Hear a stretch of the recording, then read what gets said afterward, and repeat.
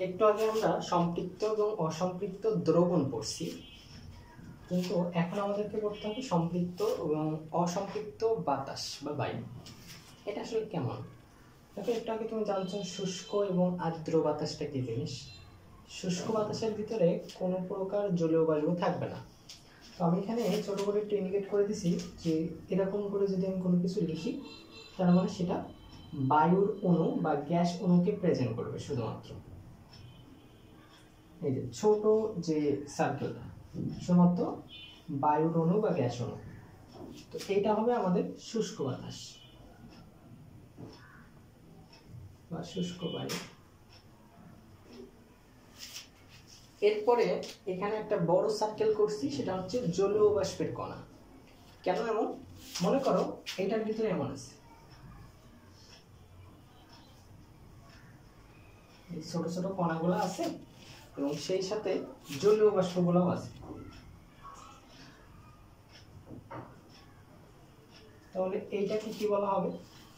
এটাকে বলা হবে আর্দ্র বায়ু।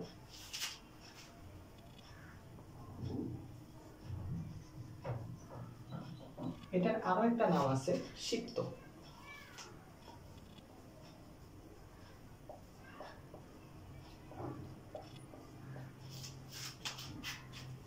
তো এটা হচ্ছে শুষ্ক বায়ু, এটা হচ্ছে আর্দ্র বায়ু। মানে আর্দ্র বায়ুর ভিতরে আমরা পড়তে যাচ্ছি দুইটা জিনিস, একটা হচ্ছে সম্পৃক্ত আর একটা হচ্ছে অসম্পৃক্ত। দেখো, এটার ভিতরে আরো জলীয় বাষ্প থাকতে পারতো, যেমন এরকম যে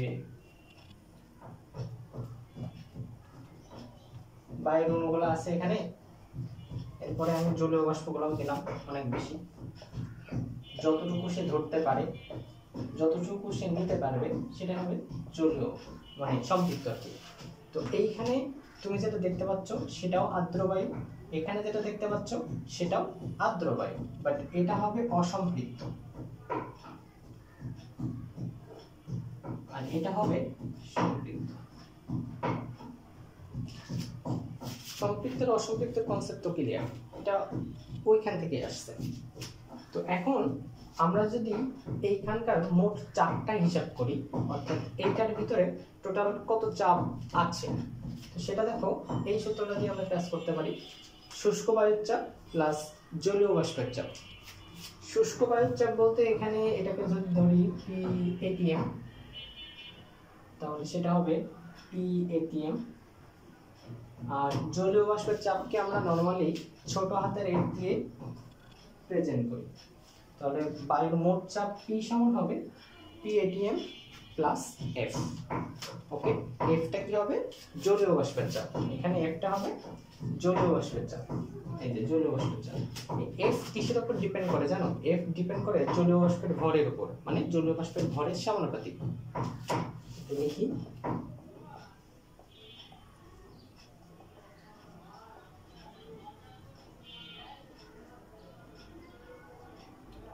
এটা কিসের সমানুপাতিক?